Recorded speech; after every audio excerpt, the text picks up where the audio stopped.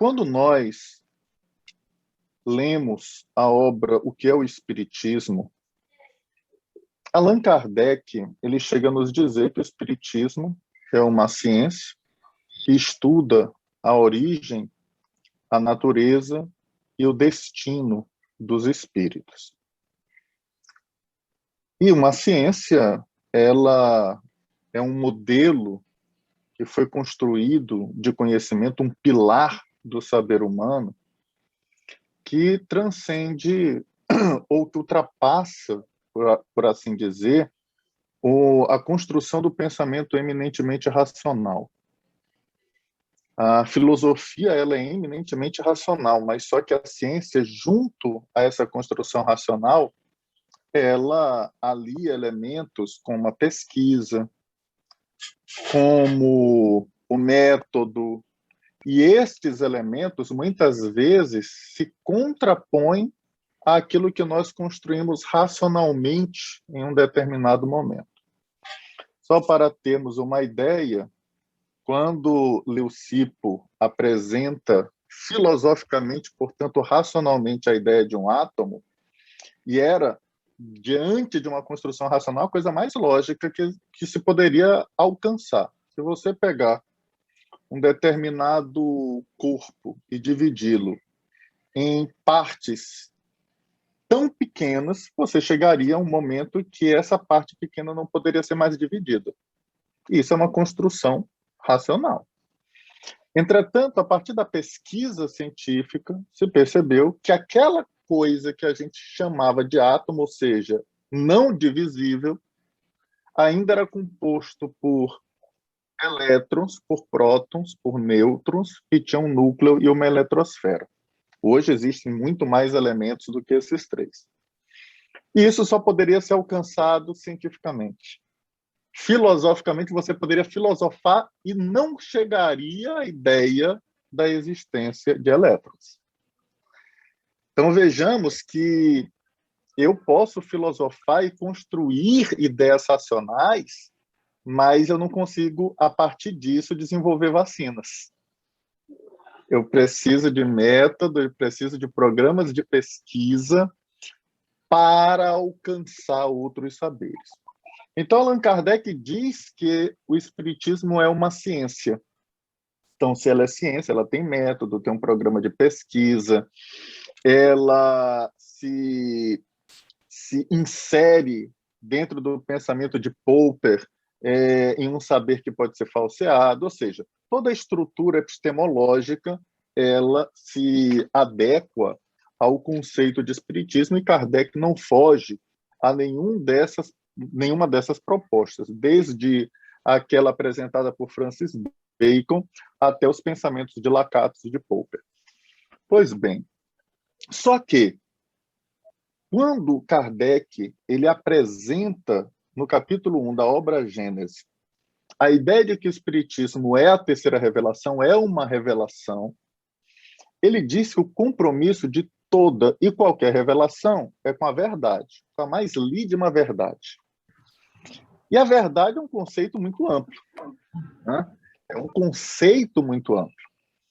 E quando a gente pensa na ciência, a gente percebe que a ciência por si só ela não desvenda a verdade, mas parte dela. Nem tudo a ciência consegue se debruçar. A ciência, por exemplo, consegue estudar o infinitamente pequeno, e aí ela faz leituras, por exemplo, por microscópios em relação às células, e dependendo do tamanho dos vírus, até dos vírus, e ela também estuda o macrocosmos, se valendo de outros instrumentos, como é o caso do telescópio. Mas ela não consegue investigar cientificamente a virtude, por exemplo. A virtude é de uma seara eminentemente racional. É da alçada da filosofia se debruçar sobre isso. E se o espiritismo tem um compromisso com a verdade, o espiritismo não poderia se limitar à ciência, porque a ciência só sabe aquilo que a ciência pode alcançar. Eu poderia dizer que os cientistas só sabem coisas que os cientistas sabem. Então, Allan Kardec, ele também diz que o espiritismo é uma filosofia que estuda a relação dos espíritos entre si, estejam estes encarnados ou desencarnados, encarnados ou desencarnados.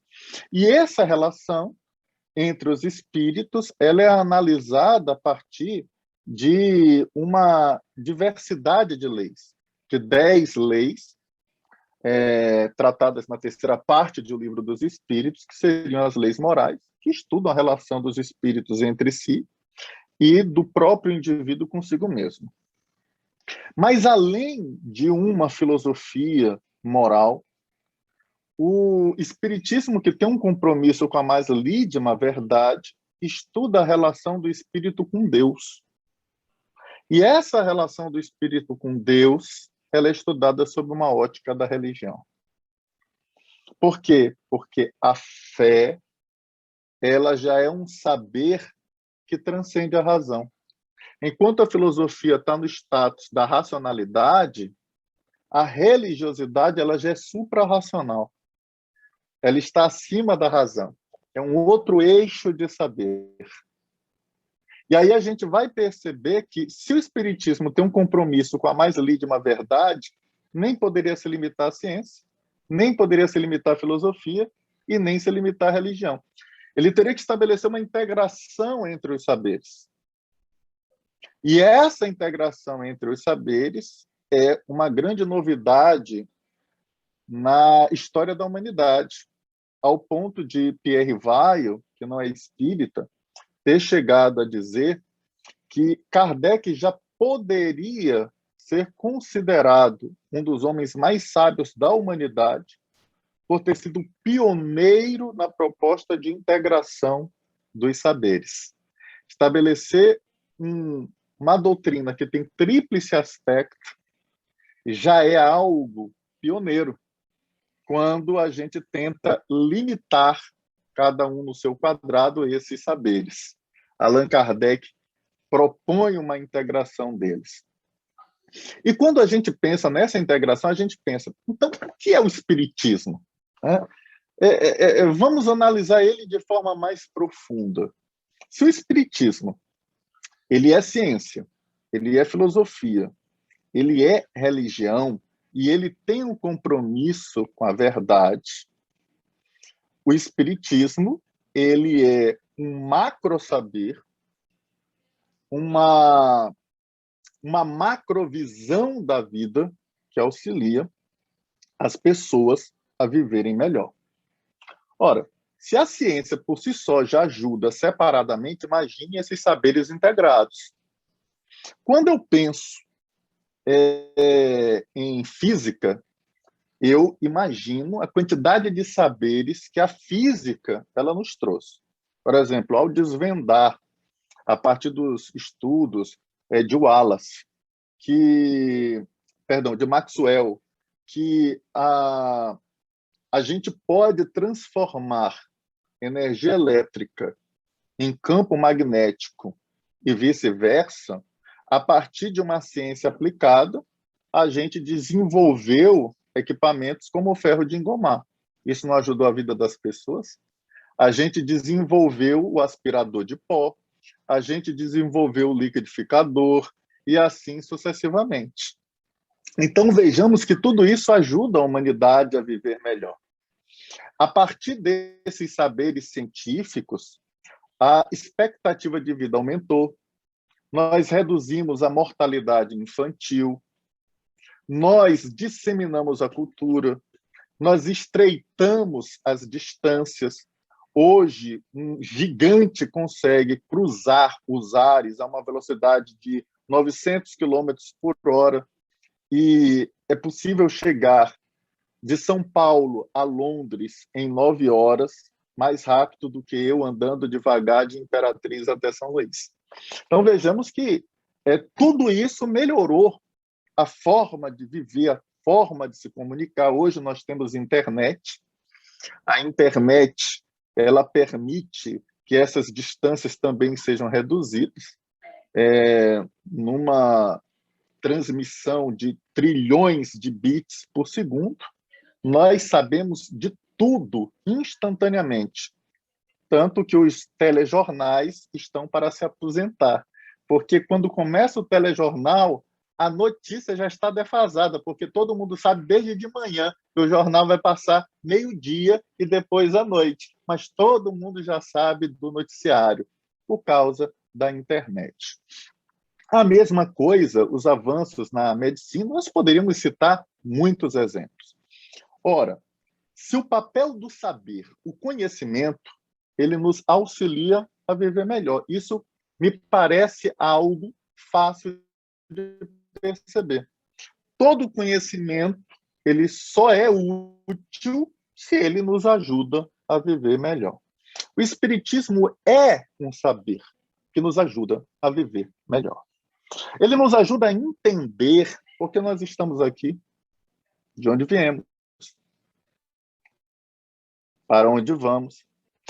Tanto que só a imortalidade da alma é capaz de mudar completamente os paradigmas do modus vivendi do ser humano. Só o fato de nós sabermos que a vida continua e que no mundo espiritual a nossa desdita ou a nossa felicidade depende do nosso comportamento aqui, isso muda por completo os pontos fulcrais de interesse do ser humano. E essa mudança de interesse, dos interesses materiais para os interesses espirituais, pode virar uma grande página na história da humanidade. Então, quando a gente compreende a natureza do pensamento espírita, a gente consegue compreender a importância do movimento espírita. Se eu não tiver clareza do pensamento espírita, eu não consigo perceber a grande importância que esse movimento tem. A mesma coisa do Evangelho. Se eu não conseguir entender a grandeza do Evangelho de Jesus, eu não consigo entender o movimento do cristianismo nascente. Eu nunca vou conseguir entender por que pessoas deixaram seus empregos, seus trabalhos, suas vidas, seu conforto nos limites da época, para seguir um homem, alguns abrindo mão de fortunas, sabendo que o fim na vida seria perseguição e morte cruel. Portanto, Jesus ele já traz o movimento mais revolucionário que eu já vi na minha vida. Na minha vida. Porque é um movimento do qual eu nunca vi uma réplica na história da humanidade. Pessoas deixarem tudo e morrerem cantando na frente de patrícias, sabendo que esse é o caminho certo e que esse movimento é um movimento capaz de mudar o eixo do comportamento humano no planeta. Então, entendendo essa natureza do movimento espírita, a gente entende a natureza do movimento. O movimento espírita é tão importante quanto o movimento do cristianismo nascente. Porque se o cristianismo nascente foi capaz de mudar por completo a história do ser humano na Terra, que é dividida antes e depois do Cristo, o movimento espírita terá um papel fundamental também na história da humanidade, em que ela também pode ser dividida antes e depois da humanidade compreender os paradigmas espíritas. Porque quando a humanidade absorver os princípios, nós teremos uma grande mudança em nossa era. Tanto que na questão de número 798 do Livro dos Espíritos, Allan Kardec pergunta se o espiritismo ele será partilhado por algumas pessoas ou se ele se tornará uma crença geral. E os espíritos dizem, certamente se tornará uma crença geral. Em verdade, abrirá uma nova era para a humanidade. E isso não virá sem lutas. Porque o espiritismo é baseado nas leis da natureza. E isso é uma questão em que a própria força das coisas fará com que o homem, em algum momento, reconheça essas leis naturais pelas quais o espiritismo se vê sustentado. Então, vejamos que o papel do movimento espírita é de estabelecer uma crença nova. Essa crença, ela precisa ser compreendida como crença. Quando Platão diferencia conhecimento de crença, Platão diz que o conhecimento é uma crença provada e justificada. Em toda ciência existe uma crença, em toda filosofia existe uma crença, em toda religião existe uma crença, em todos os saberes existe uma crença. O conhecimento já é uma crença, só que o conhecimento é uma crença que foi provada. É uma crença que está devidamente justificada. Existem crenças que se pautam na verdade, existem crenças que se pautam na inverdade. Mas as crenças, elas são importantes para as nossas vidas. Ninguém vive sem crenças. Por isso, o espiritismo, ele precisa se tornar uma crença geral. Ele não precisa se tornar um conhecimento para todas as pessoas agora. Basta que ele se transforme numa crença. Vou dar um exemplo para vocês. Um virologista, um infectologista, ele pode estudar com conhecimento de causa e profundamente o desenvolvimento de uma vacina. Quais são as técnicas para elaborar uma vacina? E isso ele sabe como funciona dentro do corpo. Eu não sou virologista, não sou infectologista, eu sou jurista, sou da área de ciências sociais, especificamente hermenêuticas, eu não entendo nada disso. Mas a crença de que a vacina pode salvar vidas já pode salvar a minha. Olha como a crença ela é importante. Eu não entendo nada de medicina nem de odontologia, mas só em crer que um odontólogo estudou e o que ele vai fazer com os meus dentinhos pode melhorar a minha saúde bucal, essa crença já me ajuda e tanto. Olha como a ciência ela tem um papel importante na construção de crenças. A filosofia também. A religião também. Todas as expressões do saber têm um papel importante na construção de crenças que venham a se pautar em verdades. E quando a gente compreende isso, a gente percebe que o papel do espiritismo não é de espiritizar o mundo, ou melhor, o papel do movimento espírita não é de espiritizar o mundo. Espiritizar é tornar espírita. Não é esse o papel. Porque o espírita, de acordo com o conceito apresentado por Kardec no item 1 da introdução ao estudo da doutrina espírita, posto na introdução do Livro dos Espíritos, é aquele que estuda o espiritismo. As pessoas não precisam estudar o espiritismo para ter crença, assim como eu não preciso estudar medicina para ter crença na vacina. Eu não preciso estudar física para ter crença no avião, não preciso ser engenheiro espacial. E mesmo assim eu creio que ele não vai cair. Creio que seja um dos instrumentos, os meios de transporte mais seguros que existem. Tem essa crença. Imaginemos amanhã nós nos deparando com filmes falando sobre reencarnação. Filmes falando sobre mediunidade. Filmes falando sobre o poder do pensamento. Filmes falando sobre o éter ou o fluido cósmico universal. Tudo isso vai gerando na população crença. E é aquilo que os espíritos disseram a Allan Kardec, se tornará uma crença geral. Em algum momento, independentemente da religião, assim como nós temos a crença na lei de gravidade e em várias outras coisas, o mundo terá a crença nos paradigmas, nos dogmas, nos princípios básicos do pensamento espírita. E esse é um papel importante do movimento espírita para que as pessoas possam viver melhor, para que as pessoas possam se relacionar melhor. Hoje nós temos diversos desafios da agenda política internacional, econômica internacional, no ano de 2021. Perdão, no século XXI, também nesse ano, mas principalmente no século XXI. Nós temos um desafio hoje de aproximadamente 800 mil casos de suicídio ano no planeta.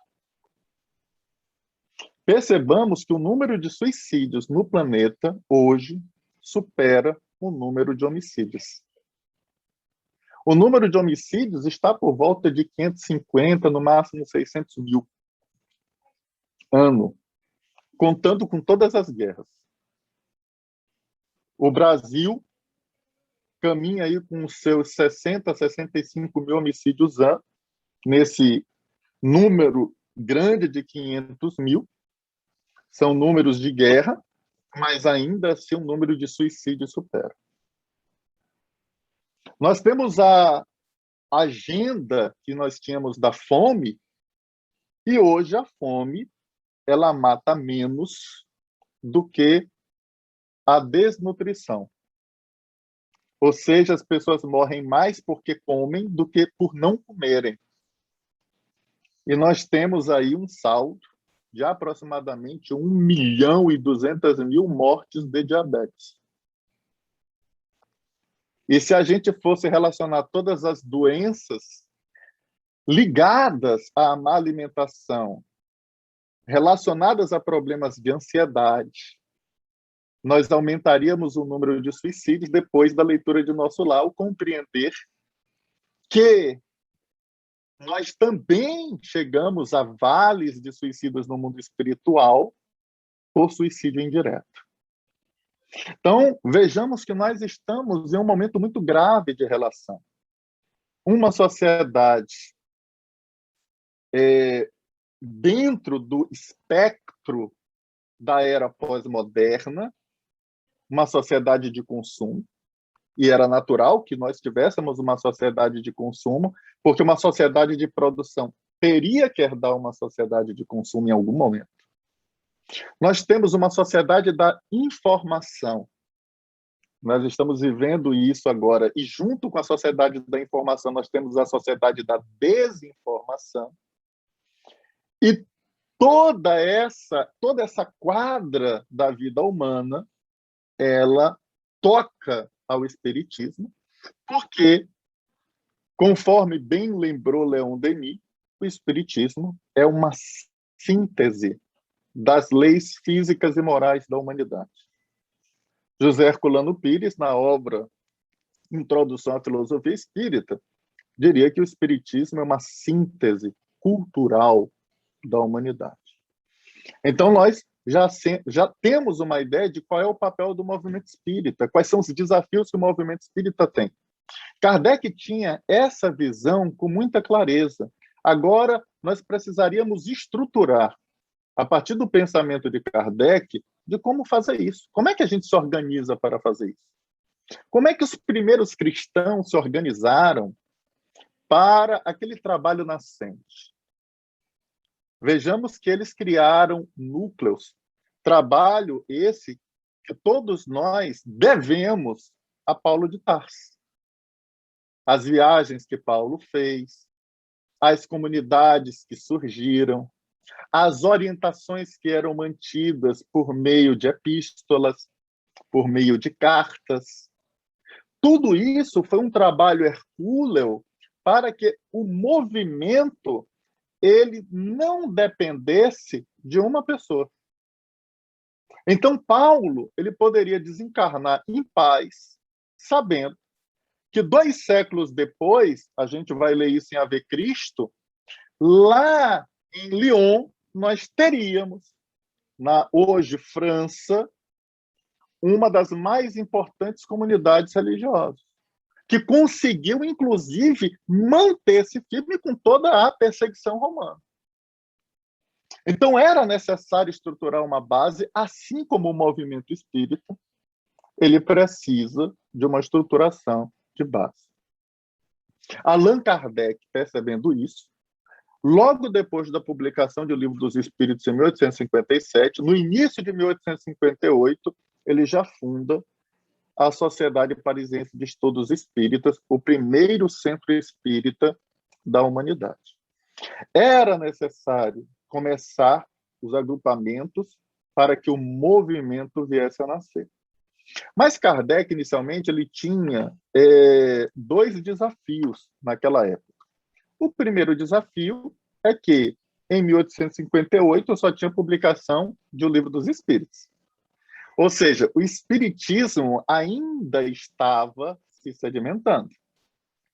Então, inicialmente, Allan Kardec ele sabia que havia muitas incertezas dos pontos que eram apresentados. E, forçosamente, dali surgiriam diversas divergências entre as pessoas.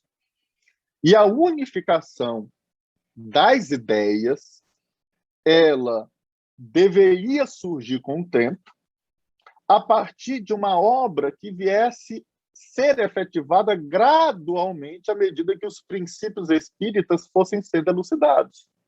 Por isso, Allan Kardec desdobra o Livro dos Espíritos em outras 4 obras, para que essas ideias permanecessem muito elucidadas.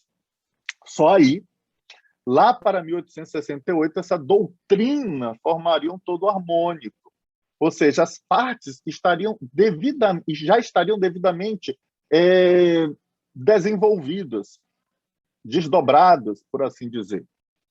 Entretanto, quando a gente pensa em um saber, nos desdobramentos, a gente vai perceber que o que Kardec faz é construir um núcleo muito rígido para que o movimento espírita dali pudesse desenvolver não só programas de pesquisa, mas todas as ações que viessem a se desdobrar a partir desse ponto inicial, dessa estrutura mais rígida que era o espiritismo contido nessas 5 obras. Porque a gente vai perceber que a instalação definitiva de um saber não está ligada apenas na publicação dos livros. E isso o Espírito de Verdade alertou Kardec. Não basta que tu escrevas 1 livro, 2 livros, 10 livros e vá para a tua casa, tranquilo, como se a obra estivesse pronta. Não, é necessário expor a tua pessoa. É muito mais profundo do que isso. Kardec sabia disso. Paralelo ao trabalho de publicação de obras, de estudo, de investigação, Kardec estava frequentando a Sociedade Parisiense de Estudos Espíritas. Então, ele sabia desse ponto. Quando a gente pensa numa ciência, o que é que a gente faz? A gente desenvolve primeiro o núcleo rígido dessa ciência, que é formada pelos paradigmas centrais dela. Vamos imaginar a astronomia. Se eu vou estudar astronomia, eu vou ter que conhecer o básico de astronomia. Então, eu vou estudar física, eu vou estudar os paradigmas, os princípios básicos da ciência astronômica. Depois que eu conheço esses princípios básicos, que eu conheço a estrutura, eu posso me chamar cientista. Antes disso, eu não tenho como ser um cientista. E, como cientista, eu posso partir agora para aquilo que Lakatos chama de um cinturão flexível que orbita em torno desse núcleo. E esse cinturão flexível, ele é flexível exatamente porque nos pontos desse cinturão ainda não há algo definido. Não há algo claro como existem nos paradigmas, como existem nos dogmas que formam o núcleo rígido. E aí a gente vai perceber que se eu tenho um observatório de astronomia no Chile e um observatório de astronomia nos Estados Unidos, os cientistas que estão lá já sabem o básico. Eles não têm dúvida de matemática, de física básica, dos princípios básicos, eles sabem utilizar um telescópio, ainda que seja um telescópio eletrônico, ainda que seja um telescópio onde a base dele seja um satélite. Isso é básico para eles. Mas ultrapassando o básico, imaginemos que esse observatório do Chile veja um determinado astro ou um fenômeno astronômico e chegue a uma conclusão X. Agora vamos imaginar que outro observatório na Califórnia veja o mesmo astro ou o mesmo fenômeno astronômico e chegue a uma conclusão Y. Como é que a gente unifica esses consensos na ciência? O que é que a gente vai ter que fazer? Possivelmente, esses dois observatórios vão ter que se encontrar. Em algum momento, seja por um seminário, seja por uma mesa de debate, essas pessoas vão ter que sentar, cada um defender por que chegou a uma conclusão X e o outro chegou a uma conclusão Y, para que haja um consenso na astronomia em relação àquele saber. Como é que a gente acha que foi desenvolvido um código internacional de doenças? Imaginemos as escolas médicas da Alemanha, a escola médica norte-americana, a escola médica russa, chegando a consensos em relação às doenças. Isso é um trabalho longo, isso é um trabalho de formiguinha. E é um trabalho que não para, porque você tem uma edição desse código e nada impede que novos consensos gerem uma outra edição do código. E ele seja renovado, ele seja revisado. Você precisa revisitar, muitas vezes, aqueles saberes que se acreditava estarem devidamente consolidados. Então, isso a ciência faz. O nosso grande desafio no movimento espírita, na construção de consensos, é porque o saber espírita ele não é um saber científico somente. Se ele fosse só um saber científico, a gente já estaria longe, porque praticamente no Brasil não se faz ciência, quiçá ciência na ótica espírita. Nós não temos uma tradição científica muito grande no Brasil. Tanto que eu, particularmente, não conheço ninguém, nenhum brasileiro, que já tenha recebido um prêmio Nobel de ciência. Conheço nenhum. De física, de química, de medicina. Brasileiro, eu não conheço, mas, de repente, só é falta de conhecimento meu. Mas eu não conheço. Não é a tradição do Brasil. Nenhum governo investe nisso. É natural. Se na ciência em geral a gente não se destaca, quiçá em relação ao pensamento espírita. Nós não temos o hábito de fazer pesquisa. Então, cientificamente, a gente tem dificuldade de construção de consenso. O que é que a gente faz?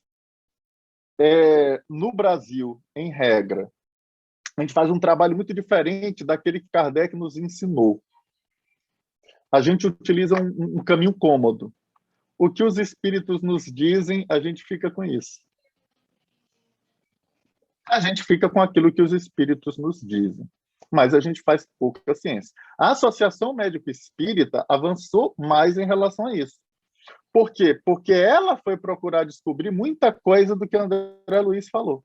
E saiu confirmando. Agora eu tenho prova científica. Antes da investigação científica, eu tinha informação de espírito. Vejamos que Allan Kardec fez ciência. Mas uma psicografia por si só, ela não é uma expressão do pensamento científico. Ela é a opinião de um espírito, ou pensamento de um espírito. Vejamos que daí, para avançar para um consenso de saber, é outra coisa. É outra coisa bem diferente. Por isso que Kardec ele sabia que esse desafio era longo, tanto que ele vai dizer assim, olha, a difusão e a instalação, ele coloca isso em obras póstumas, a difusão e a instalação definitiva, elas podem ser antecipadas ou podem ser retardadas por diversas circunstâncias. Algumas das quais subordinadas a essa marcha geral das coisas, e outras inerentes à própria doutrina, à Constituição, organização do movimento espírita, e assim sucessivamente. E aí a gente vai ver que, nesse aspecto científico-filosófico, a gente já tem um desafio gigantesco, mas eu vou trazer um desafio maior, que é o desafio do movimento cristão nascente. Porque o maior desafio do movimento cristão nascente era de viver Jesus. Esse era o maior desafio.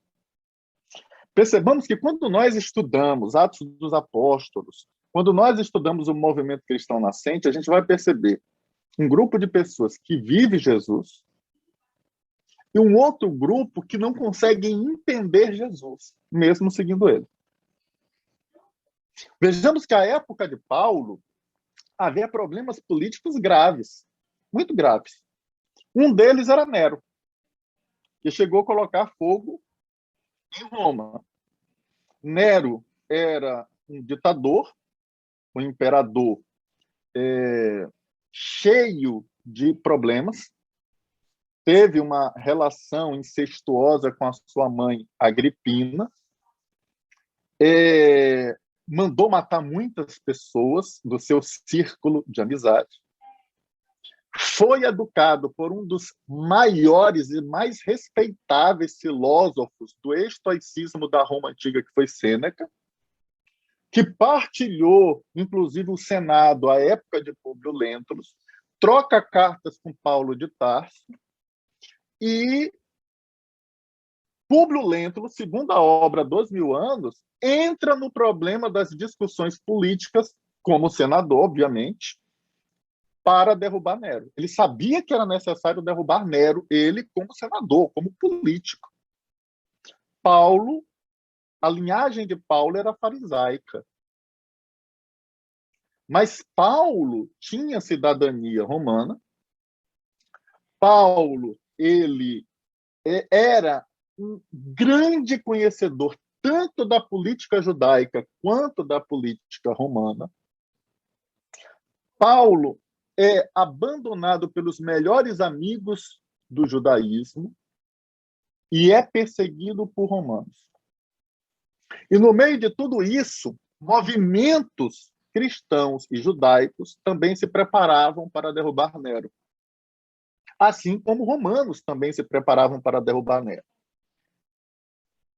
Paulo não se inclina politicamente nem para um lado nem para o outro. E quando questionado, ele escreve cartas dizendo: eu sigo para o alvo. E ele sabia que era o alvo dele. O alvo dele era a disseminação do pensamento de Jesus. Era a divulgação do evangelho. E em nenhum momento Paulo perde tempo com essas discussões do mundo, porque ele tinha clareza do objetivo. Então a gente vê que naquele movimento havia pessoas que não tinham entendido. Quem lê, por exemplo, 50 anos depois, vai ver as discussões do irmão Marinho com o pai Epifânio. Quem era o pai Epifânio? O pai Epifânio representa os cristãos que não entenderam Jesus e estavam preocupados com o personalismo de uma posição hierárquica nas estruturas hierárquicas nascentes. Enquanto Célia, que estava com a personalidade de homem escondida, como irmão Marinho, vive Jesus em plenitude. Parece que o nosso movimento espírita não vive desafios muito diferentes desses. Porque quando Bezerra de Menezes nos traz comunicações importantes, ele nos fala e nos alerta de personalismo. Opa! Se Bezerra nos alerta de personalismo, é porque parece que dentro desse movimento tem alguém que não está entendendo direito a natureza do espiritismo, a importância da divulgação do espiritismo, e está preocupado com a sua posição dentro do movimento, como o pai Epifânio estava em 50 anos depois.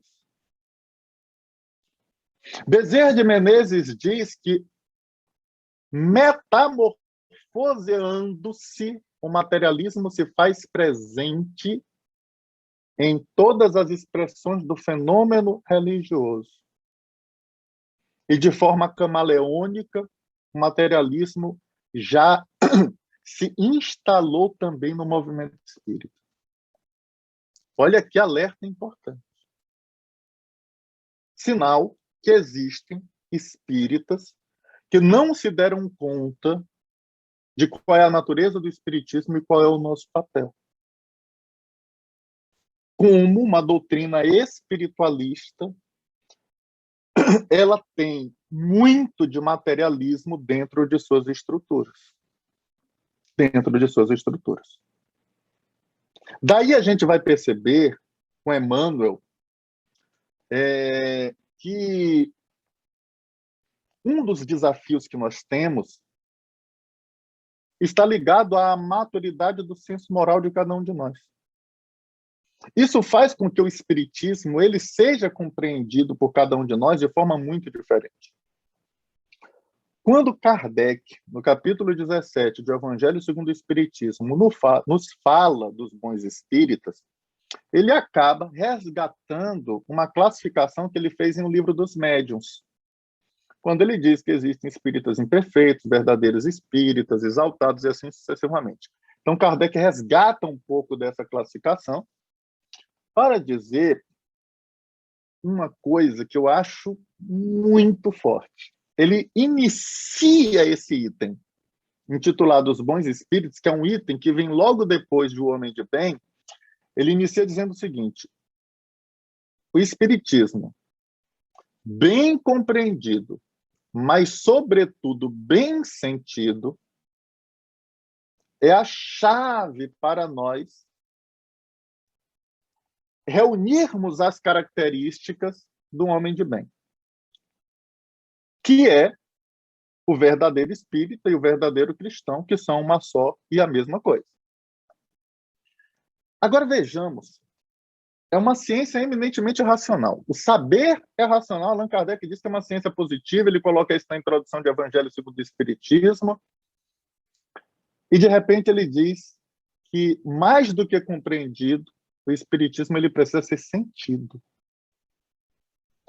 Sentido. Que desafio, né? O Espiritismo bem compreendido, mas, sobretudo, bem sentido. E aí a gente vai perceber que o grande problema da unificação do movimento espírita, a partir dessa fala de Kardec, não é um problema de exegese, não é um problema de interpretação, mas é um problema de sentimento. É um problema de movimentos em direção ao outro para andarmos juntos, para construirmos juntos. É um problema de amor, é um problema de afetividade. Como é que nós nos movimentamos uns para com os outros em nome dessa união? Se nós analisarmos os discípulos, eles poderiam ser a representação dos espíritas, e eram muito diferentes uns dos outros. Enquanto João era aquele discípulo da transcendência, Tomé era o discípulo do pé no chão. Olha, no mesmo colégio apostólico, eu tinha um Tomé da vida e eu tinha um João. Enquanto um dizia, Deus é amor, o outro queria ver para crer. O outro queria ver para crer. No mesmo colégio apostólico. No mesmo colégio apostólico, eu vou encontrar um ser austero, como Pedro, e vou encontrar um sonhador que se torna traidor, como Judas. O mesmo colégio. Então, não pensemos que no movimento espírita não vai ser diferente. Não vai ser diferente.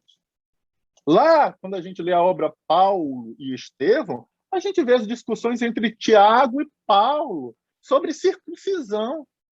Alguém poderia hoje falar assim, mas que discussão besta. Para Tiago era importante a circuncisão porque ele era judeu. Mas quantas discussões desnecessárias nós também não temos no movimento espírita. Quanto tempo a gente não perde com muitas discussões e sem movimentos de afetividade, de companheirismo, de amor. E o engraçado é que quando Gesiel consegue chegar à praia depois de descer da galera e é assaltado na praia, o ladrão que o assalta diz para ele que ele receberia ajuda na casa do caminho. E lá ele recebe toda a afetividade de Simão Bar-Jonas. Esse cuidado que Allan Kardec teve, no livro Obras Póstumas, ele desenvolve um projeto, no ano de 1868, onde ele estabelece a base central do movimento espírita nascente. E nisso, ele parte daquela premissa de que, primeiro, eu preciso ter um núcleo rígido para que os observatórios de astronomia possam, digamos que, compartilhar as suas impressões. Mas antes é necessário que você tenha um conhecimento básico. É aquilo que Allan Kardec conversa na obra O que é o Espiritismo, quando ele diz assim, olha, para que a gente possa refutar um teorema matemático, antes eu preciso conhecer matemática. Eu não tenho como refutar um teorema matemático se eu não conheço minimamente a matemática. Então, para que nós possamos debater teses dentro do pensamento espírita, antes eu preciso conhecer o quê? Espiritismo. E ao propor esse estabelecimento central, Allan Kardec propõe o ensino espírita, dizendo que um curso regular de espiritismo seria professado com duplo fim. O primeiro, de desenvolver princípios da ciência, e o segundo, de difundir o gosto pelos estudos sérios. E olha que coisa interessante. Allan Kardec, como ele era egresso da escola de Verdun, ou Verdun, do nosso querido Pestalozzi, Kardec ele só consegue desenvolver a ciência espírita porque Allan Kardec conheceu os princípios da ciência apresentados pela epistemologia. E esses princípios, ele percebe que vão para além das ciências ditas como ciências físicas, como as ciências da natureza, que eram a biologia, a química e a física. Tanto que ele, valendo-se de um princípio epistemológico, adequa o método ao objeto científico, no caso o espírito, era o objeto da ciência espírita, para desenvolver uma metodologia específica, uma metodologia própria. E é exatamente por não terem desenvolvido princípios da ciência que até hoje vários cientistas não reconhecem o espiritismo como um saber científico. Não reconhecem o espiritismo como ciência. Então, Allan Kardec diz, olha, a gente precisa começar pelo princípio. E um estudo do espiritismo já vai ajudar a desenvolver os princípios da ciência. Por quê? Porque Kardec demonstraria como ele desenvolveu o próprio espiritismo. A partir de que princípios de saber? Como é que eu sei alguma coisa? O que valida o saber que eu tenho? E olha que Allan Kardec vai estabelecer vários critérios de validação da verdade dentro do espiritismo que o tempo não nos permite falar. E o gosto pelos estudos sérios. Porque Allan Kardec ele é fruto de uma grande revolução do saber humano que começa com Jean-Jacques Rousseau, com a obra Emílio, na perspectiva de que a criança ela não é um adulto em miniatura, mas é um ser que se desenvolve dentro de um paradigma de liberdade e de afetividade, e que vai mais tarde inspirar os pensamentos de Pestalozzi, mas também vai inspirar Piaget, vai inspirar Montessori, vai inspirar uma série de homens de gênio do século XIX e do século XX que vão chegar em Allan Kardec. Isso vai mudar praticamente a estrutura do mundo, porque antes de Rousseau não existia escola, né? As escolas, como centros de cultura, vão aparecer depois de Rousseau. E a escola de Verdun já é um exemplo disso. Por quê? Porque se você olha antes de Rousseau e vê a Idade Média, o que você tinha eram universidades que já era para adultos e não para crianças. Leia a vida de Abelardo, por exemplo.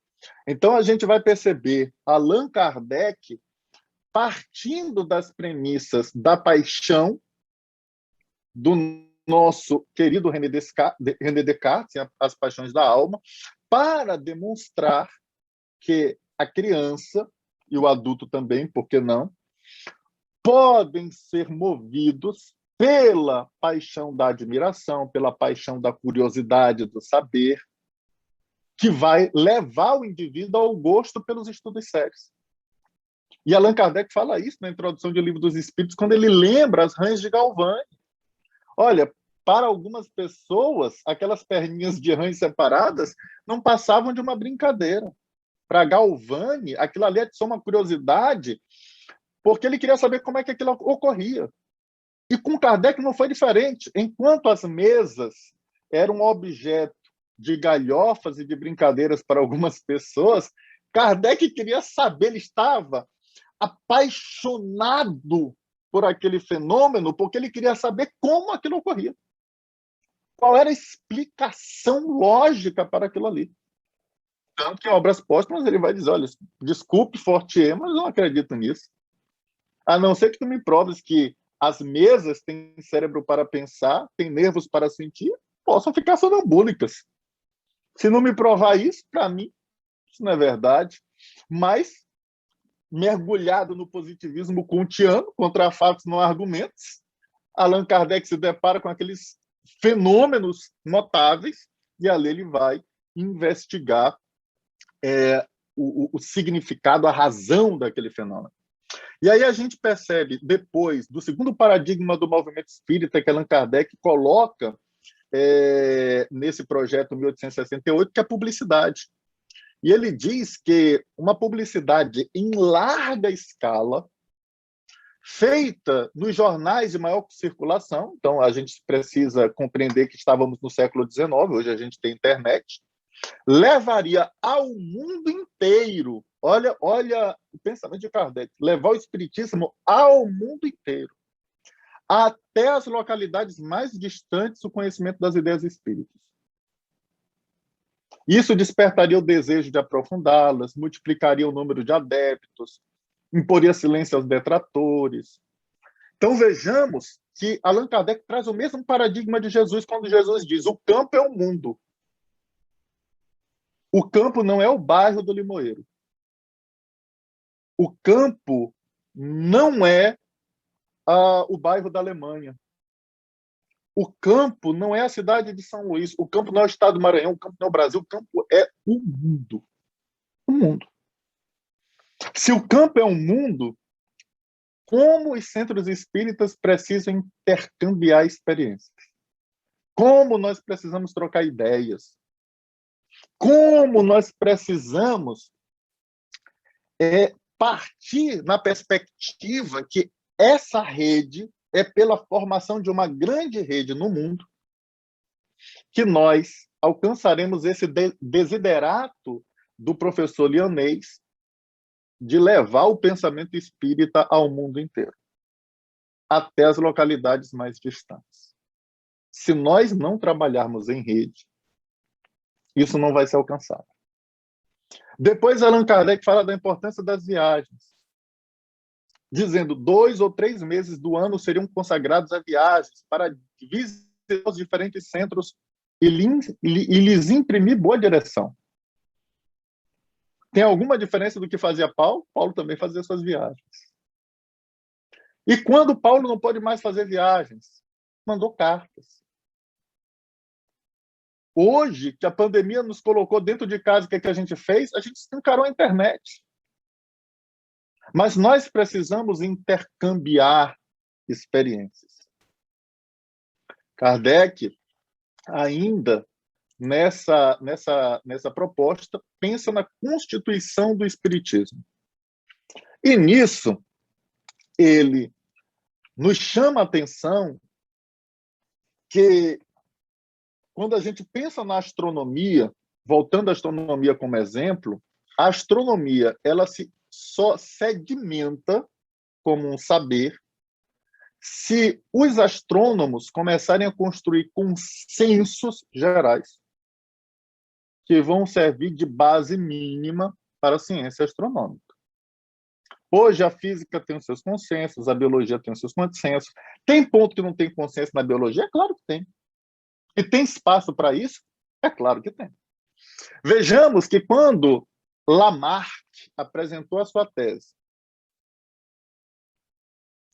que era a tese da adaptação, para ele,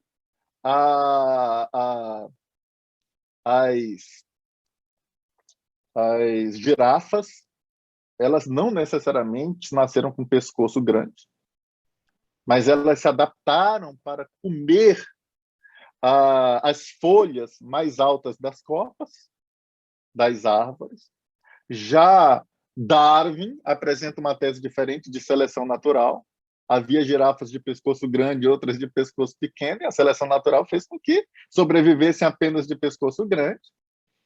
E aí, quem é que está certo?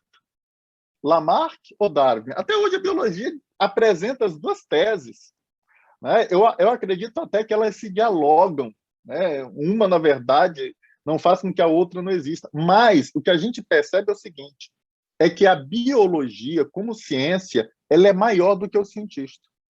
Tanto Lamarck quanto Darwin cabem dentro da ciência biológica. Cabem dentro da ciência. Porque faz parte da ciência a falseabilidade, como diria Karl Popper. Faz parte. As teses divergentes, elas compõem toda e qualquer ciência. Newton recebe as refutações do seu pensamento brilhante de Maxwell, de Planck, de Einstein. Mas Einstein, quando chegam para ele e dizem a ele que ele derrubou e destruiu o pensamento de Newton na macrofísica, a resposta de Einstein foi uma das mais nobres e mais bonitas. Ele disse: eu não estaria aqui, e nós não estaríamos aqui se não fosse Newton. Nós estamos aqui porque nos sustentamos em ombros de gigantes. Albert Einstein. Aqueles que as ideias foram superadas, estão no passado, são os gigantes, e nós, espíritas do século XXI, estamos sobre ombros de gigantes. Nos sustentamos nos ombros de Herculano Pires, nos sustentamos nos ombros de Hermínio de Miranda, nos sustentamos nos ombros de vários outros pensadores que nos precederam. Dentro do movimento espírita. São gigantes que pavimentaram estradas que hoje nós percorremos com mais tranquilidade. Que antes mal tinham asfalto. E agora nós conseguimos caminhar com uma certa tranquilidade. Ernesto Bozano, Leon Denis, quantas pessoas nós poderíamos citar dentro do movimento espírita? E aí a gente vai perceber, nessa perspectiva, que é natural, dentro de um movimento onde as características evolutivas são as mais diversas, que haja o cuidado em relação àquilo que Allan Kardec vai chamar de cismas. E Allan Kardec, quando fala disso em Obras Póstumas, ele diz o seguinte: uma questão que desde logo se apresenta é a dos cismas que poderão nascer no seio da doutrina. E quando ele trata disso, ele diz algo que para mim é fenomenal. O espiritismo ele não pode escapar às fraquezas humanas. Às fraquezas do personalismo, às fraquezas dos vícios, das imperfeições. Então é natural que surjam as novidades, onde a retórica deu uma ideia de ciência onde não tem ciência, onde a retórica deu uma ideia de uma estrutura filosófica consistente quando não existe uma lógica consistente.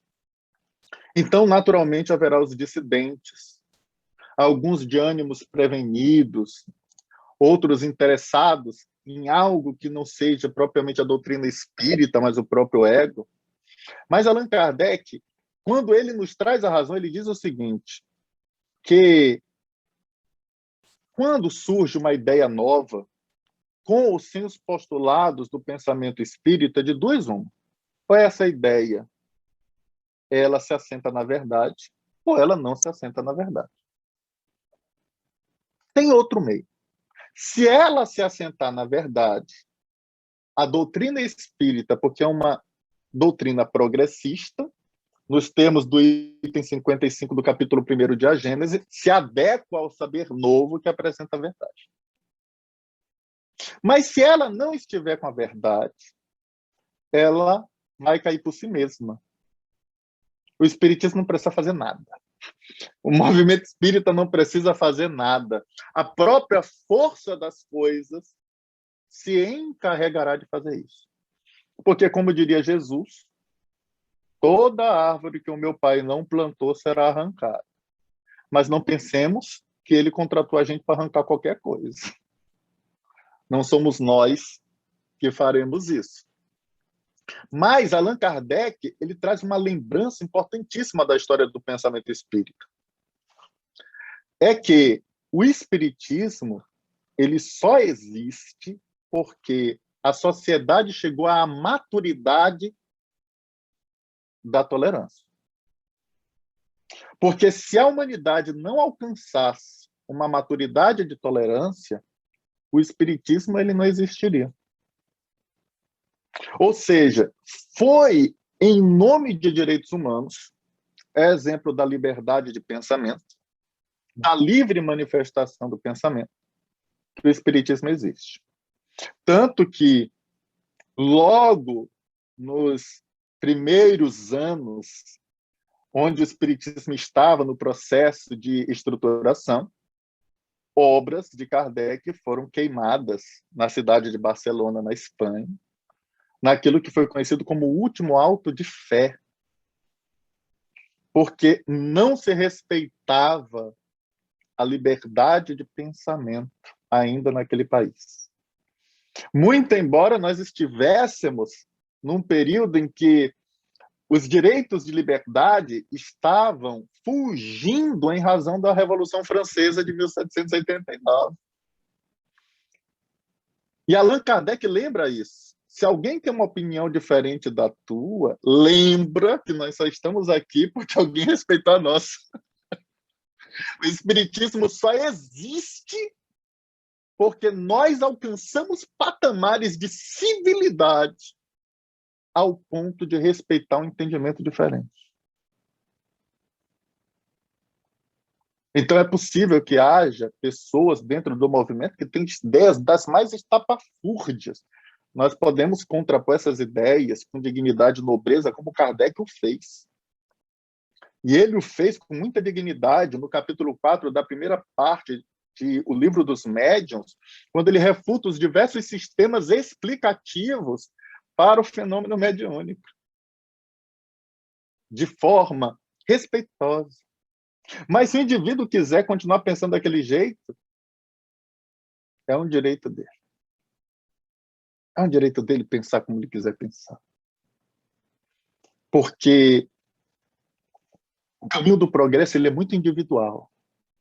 É como a estrada da Úmbria e a estrada de Damasco. Esse encontro de Jesus é um encontro tão íntimo que cada um percorre sozinho. Nós precisamos viver a nossa cegueira diante da luz. E Kardec, por fim, ele faz uma questão. E quem nesse movimento vai ser o chefe? Quem vai dar as cartas? E nessa estrutura, ele faz o seguinte raciocínio. É possível que seja eu. Porque eu não posso ser o chefe do espiritismo. E aí Kardec, então, divide duas coisas importantes. A elaboração do espiritismo, que ele reconhece, era necessário que houvesse uma única pessoa coordenando os trabalhos, que foi ele. Porque se tivesse mais de uma, é possível que não tivesse a unidade que tem hoje. Mas o movimento não. O movimento teria muitos inconvenientes de ser uma única pessoa. O primeiro inconveniente, por melhor e mais gabaritada que essa pessoa fosse, ela um dia ia desencarnar, mas o movimento ia continuar. Quem é que seria o próximo? Esse seria o primeiro inconveniente. O segundo inconveniente é: qual é a nossa garantia de todos os atributos de uma pessoa? Ela pode ter excelentes atributos, mas às vezes um único defeito é capaz de colocar todo um trabalho por baixo. E aí vem uma segunda possibilidade. Os espíritos desencarnados poderiam coordenar o trabalho. Mas aí Allan Kardec traz uma nova questão. Mas quem nos garante que esse espírito ele é tão nobre assim? E também quem nos garante que o médium não cairá nas malhas de pseudos sábios? Um outro inconveniente. Aí surge uma terceira possibilidade. Os espíritos indicam as pessoas que vão tomar liderança. Kardec diz, olha, o inconveniente deles liderarem é o mesmo inconveniente deles apontarem quem vai liderar. E aí, quem é que vai coordenar essas atividades? Então, Allan Kardec cria e desenvolve a ideia que ele vai chamar de comissão central.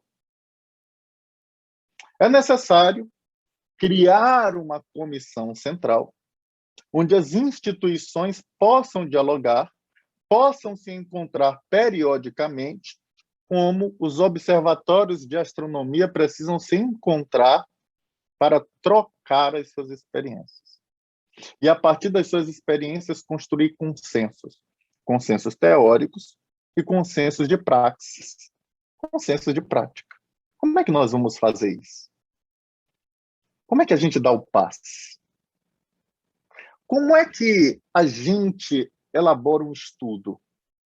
Como é que a gente desenvolve uma atividade nos paradigmas da caridade em uma época onde a mão esquerda olha tanto o que a mão direita faz? Onde é que nós vamos encontrar esses princípios? Então, essa comissão central, ela poderia, na pluralidade, construir isso. Ela vai permanecer sujeita a erros, mas os erros serão bem menores, porque se alguém se equivocar, eu tenho ainda um grupo para se contrapor àquela pessoa que se equivocou, que cometeu um erro, que cometeu uma falha. Juntamente com o pensamento de Kardec, Humberto de Campos, na obra Brasil, Coração do Mundo, Pátria do Evangelho, estabelece que o modelo federativo é o modelo que mais se adequa à realidade brasileira de movimento espírita, porque ela traz a estrutura das comissões centrais. Então, hoje, o modelo federativo, ele, a partir do Pacto Áureo de 1959, ele nos trouxe um modelo de um Conselho Federativo Nacional, onde as 27 unidades federadas periodicamente se reúnem nessa comissão central, como propõe Allan Kardec em Obras Póstumas, para, representando outras comissões em bases estaduais e distrital, se possa, pouco a pouco, construir consensos dentro de estruturas onde a democracia se instala. E esse modelo é o modelo que nós hoje utilizamos para a unificação do movimento espírita, com todos esses desafios que nós havíamos colocado. O desafio de que há pessoas dentro do movimento que não conseguem compreender o pensamento espírita, o problema do personalismo, o problema do materialismo, o problema dos cismas. Todos esses problemas nós encontramos dentro desse movimento e dessa comissão central. E nós precisamos seguir aprumando isso, porque, como eu diria Bezerra de Menezes, o trabalho de unificação é urgente, mas não é apressado. É urgente, porque precisamos começar o trabalho agora, mas não é apressado, porque a doutrina espírita não tem um condão de violar as consciências humanas. Cada um é cada um tem seu tempo. E isso faz do movimento espírita esse caos organizado que nós conhecemos. Diferentemente de outros modelos religiosos, como é o caso da Igreja Católica, que tem as suas hierarquias, nós não temos nenhuma. Ao mesmo tempo, surge para nós a maturidade de nós procurarmos uns aos outros para construirmos os consensos necessários, para aumentarmos a divulgação do pensamento espírita, para chegarmos a todas as localidades, para pensarmos no mundo e para estendermos a mão àqueles que batem à nossa porta, sofrendo, como Pedro fez em relação a Estevão. E dali levantou um dos maiores apóstolos da história do cristianismo nascente, e o primeiro mártir desse movimento cristão.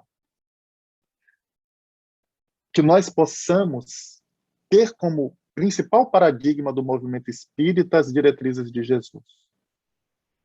E aqui deixamos a primeira. Quando ele reuniu com os discípulos, nos momentos que precediam um grande martírio, ele disse, durante a Santa Ceia, amai-vos uns aos outros, como eu vos amei. Esse amai-vos uns aos outros é uma fala direta aos cristãos. Direta. Não é uma questão de ama teu próximo como a si mesmo. Porque quando eu falo ama teu próximo como a si mesmo, o teu próximo não tem nenhuma obrigação de te amar. Mas quando eu falo amai-vos uns aos outros, cada um que compõe o movimento cristão tem o dever de amar o outro cristão. E parece que essa é a mesma diretriz do pensamento espírita, quando no capítulo 6 do Evangelho segundo o Espiritismo, o Espírito de Verdade nos diz, espíritas, amai-vos. Amai-vos. A diretriz é a mesma. O programa do Cristo não mudou. É o mesmo programa.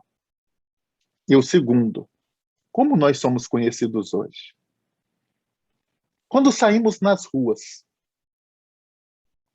quando nós participamos de um diálogo interreligioso, como é que nós somos conhecidos?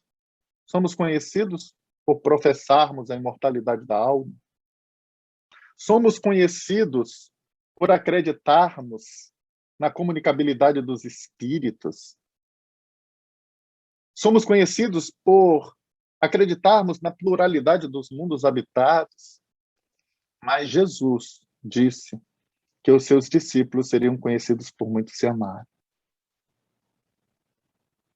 Deveríamos ser conhecidos por muito nos amarmos. Precisamos resgatar o ágape e a epifania do cristianismo nascente. Esse precisa ser um movimento de amor. Porque foi o amor a grande redenção da humanidade. Se somos seguidores de Jesus, precisamos dar o exemplo entre nós mesmos primeiro. Amarmos-nos e cuidarmos uns dos outros, lavarmos os pés uns dos outros em memória dele. Para mais tarde espalharmos essa ideia ao mundo e dizendo essa ideia deu certo. Porque esse movimento testou aqui dentro. Nós testamos isso. E o movimento espírita há de se tornar um dos mais revolucionários do mundo, ao resgatar as bases do movimento cristão nascente.